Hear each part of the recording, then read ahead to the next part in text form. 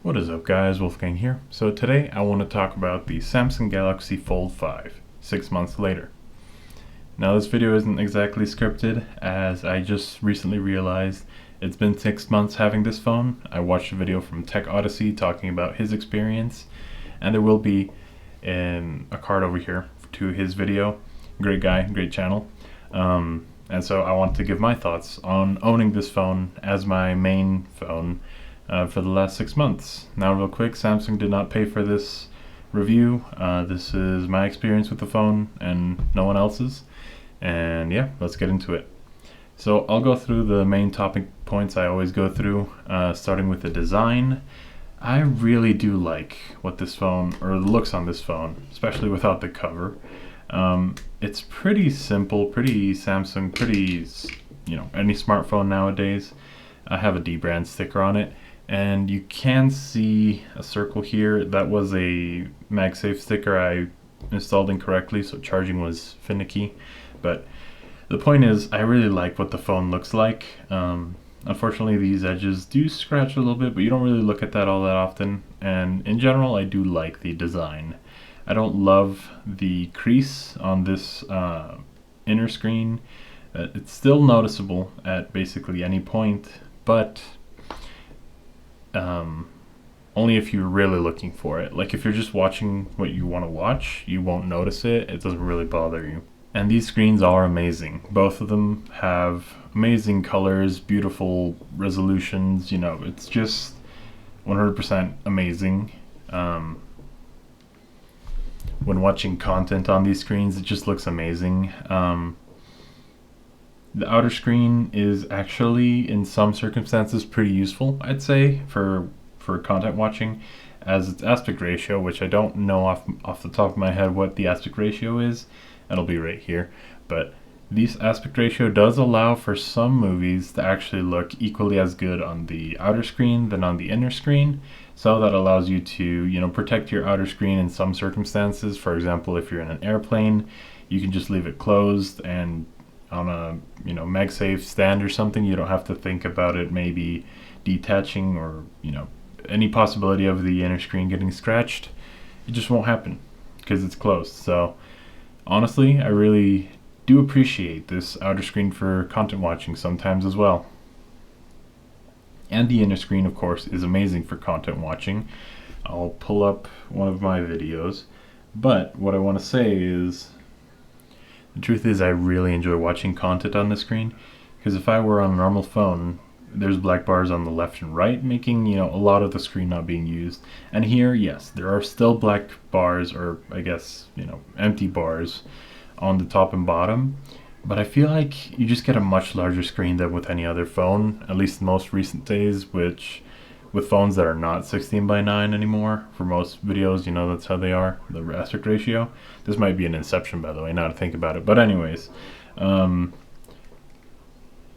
yeah, I really, really love this screen. And like I said, some content will look the same whether you're looking at it from the inside or the outside screen. 16:9 content definitely looks better on the inside screen, but it's still usable. So I appreciate that. And you can do the sort of semi-stand thing if you're interested. I've never used that. It's nice to know it's there, but never used that. But now, talking about battery life. Now, this is an interesting subject for me, as I always, and I repeat always, have a wireless charger by me. This is the Samsung, what's it called? I don't know, but it has a button here, does some smart things, acts like a hub. I always have a wireless charger to my side. At work, I have a MagSafe charger, that way I can kind of glance at my phone real quick if I need to. At home, I have this wireless charger, and by my bed, I have another wireless charger. So in my case, I rarely ever plug this in. However, when I deliberately choose not to charge it, it does give me full day battery life, and that feels really nice. I don't have to worry about my battery regardless of how I use it, unless of course I'm gaming or editing videos on my phone. Then their battery life, you have to keep an eye on it. And I do have a battery pack for some certain specific situations. For example, if I am traveling, I'll make sure to take my battery pack. I believe I made a video on this recently with some of my charging accessories. This battery pack from Anker, pretty small, but it does support 25 watt charging, which is the max that the Fold supports currently. I'll probably want to get a larger or more powerful battery bank when Folds introduce 45 watt charging, because I do, even though it's a small difference in total time, it is a difference. So if I can find something that's similar to this size, this is, I believe, 10,000 milliamp hours, so about 2 charges for the phone. If I could find something in a similar size with the 45 watts, I'd probably switch to it. But this is my current battery solution for when I'm on flights, and this is my entertainment device. I want to make sure, since this is my entertainment communication, and I have sometimes even the digital tickets on my phone, I want to make sure I have more battery than I need for the day.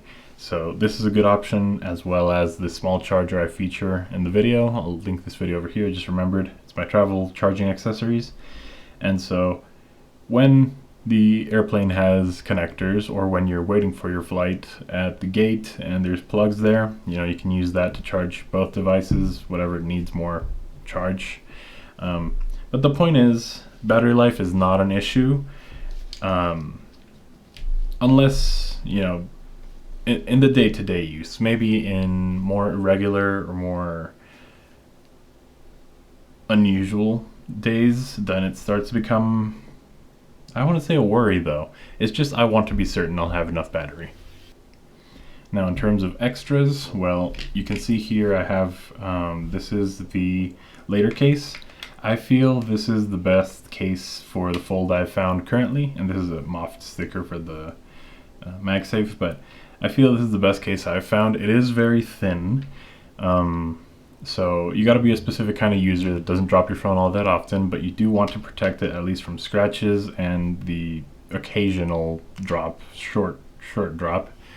Later case, really good, and the YouTuber himself, awesome as well. I don't remember his name. I haven't watched his videos in a while, but honestly, really solid case. I really enjoy it, and I stuck this MagSafe sticker on it because I wanted to give MagSafe stuff a try. And now it's starting to become a non-negotiable to have a MagSafe sticker or cover, which I bought one, should be arriving next week. We'll see how it goes. If it's great, it might be worth making a video, but I don't really know. I'll give it a try and let you guys know. But yeah, really great case.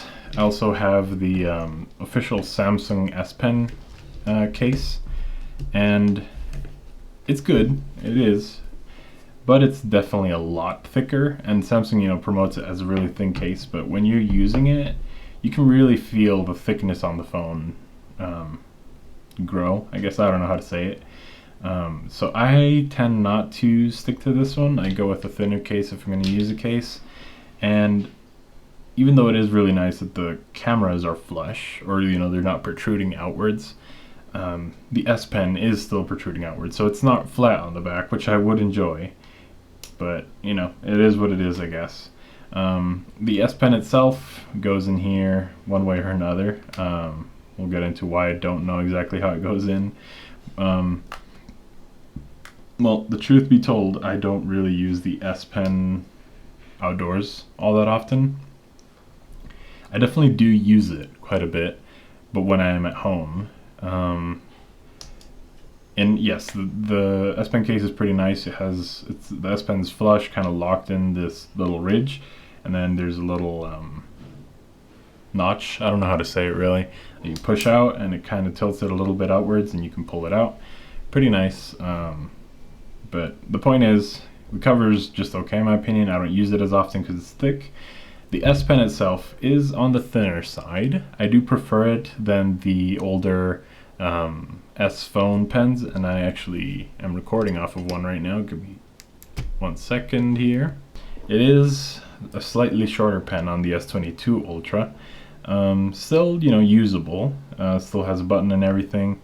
But the Fold 6 pen is slightly thicker and slightly longer, which makes it, preferable to me. I prefer this the Fold's pen than the S Pen. They're both S Pens. The point is, yeah, I use the Fold 6's S Pen a lot more than I used my S22 S Pen. What do I use this for? Well, really, it's sometimes I like to just be more precise with what I'm tapping, and that's why I prefer the S Pen in certain circumstances.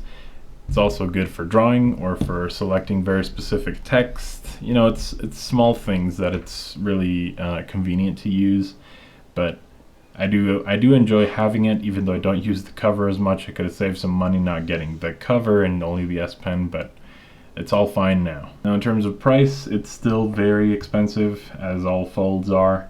I don't really have the specific number. Like I said, this video was not scripted. I'll show it right here, but I can tell you it is expensive. But one point that Tech Odyssey made in his video, which I really do like the idea of, and I kind of had a similar experience, is that depending on what kind of a user you are, this can replace 2 devices. It can even replace 3, but that's stretching it a bit. For some people, this can be your phone and tablet at the same time. For me specifically, it's not exactly the case, because I'm the kind of guy that likes huge tablets. This is the S9 Ultra video over here. But for people that enjoy smaller tablets, like the normal Tab S9 size or an iPad mini sort of a size, this can actually replace that device. And that means you don't buy 2 devices, you only buy 1. You have all your files on a single device, which is a huge plus, but it really depends on what kind of user you are. Now for me, it has replaced my tablet use in some areas, specifically when I am doing something, for example at work, and I want to have something in the background playing. This is actually more convenient for me. Now I can use the tablet and the content will be larger and sound better on speakers and etc, etc. This is still more convenient as a background sort of a device, because it's a larger screen than a normal phone, but it's still kind of big, so you get to actually enjoy the content in any like pauses or breaks. And I don't know, I really enjoy having that larger screen at my side without having to carry a large tablet with me. Now in terms of productivity, if I want to script out a video or something, I'll definitely prefer to take my tablet or a laptop because of the keyboard. I can use a Bluetooth keyboard on this and it would probably be equally as effective, but in productivity circumstances, I would prefer the laptop / tablet keyboard. Now in terms of annoyances, it's kind of interesting. I actually don't really have any. Maybe the only one complaint I could have is the price and the I forgot the word for it, but you know, this crease, I think it's a crease that forms here in the middle. It is slightly annoying. You can notice it sometimes in darker content. It's even more noticeable. When you have like a backlight or something, you can start to notice it a lot more. And when you have an OLED screen this size, you know, dark content's definitely a huge plus to watch. So it is somewhat annoying.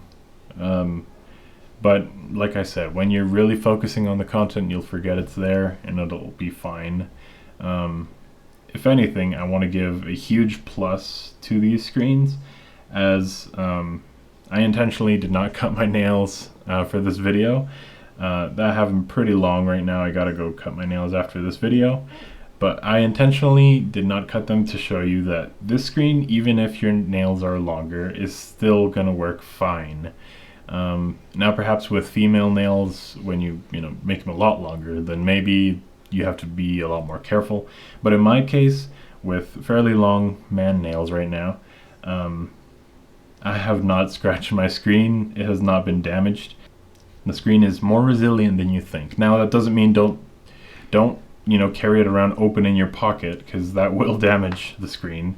It is still fragile. It's still plastic, or at least the cover is, but it's more resilient than you think. I've had this phone for 6-ish months, 7 months now probably, and I haven't had any issues with it. No scratches, no physical damage. I'm still paying the insurance because this is my first fold phone, and I'm not the kind of guy that drops a phone often, but I want to be safe with the insurance. And speaking of dropping the phone, I've maybe dropped it a total of 2 or 3 times at most. 2 times with the cover, 1 time without it, still fine. No scratches, no dents, no nothing. But what I want to say is that the grip on this phone is another plus to why I will never return to a normal slab phone. It being thicker makes me grip the phone so much better. Thicker in this dimension, thinner in the screen dimension, perhaps the outer size, makes me have such a great grip. I feel like I'll never drop it, and I've actually been very confident carrying the phone without a cover, at least when I'm going out. When I'm home, I know I'm clumsy, so I always have it with a cover when I'm home, but when going out, I can definitely use it without a cover and it'll be fine. It's pretty impressive, at least in my hands, how amazing this phone fits. And, well, yeah, getting into the conclusion, I am not going back to a normal phone as my main phone. I do want to buy an iPhone either this year or next year to give it a try for maybe a month, switching to iPhone, those kind of clickbaity videos. But I'm 100% returning back to a fold phone. And if I fall in love with the Apple ecosystem, I'll switch to the Apple fold phone whenever it comes out. But I am not going back to a normal phone. This foldable feature is amazing for when you want to be at least somewhat productive. When you sit down and you know you're going to be there for a bit, just open up the phone, have more real estate, do more things at the same time. Definitely worth it for me.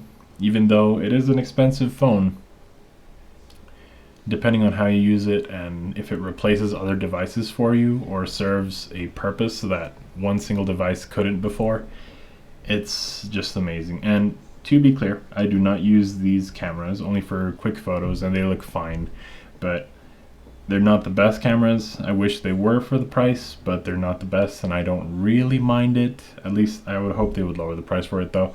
But the point is, this phone is an amazing all-rounder, jack of all trades, master of none, as it comes up with a lot of my videos.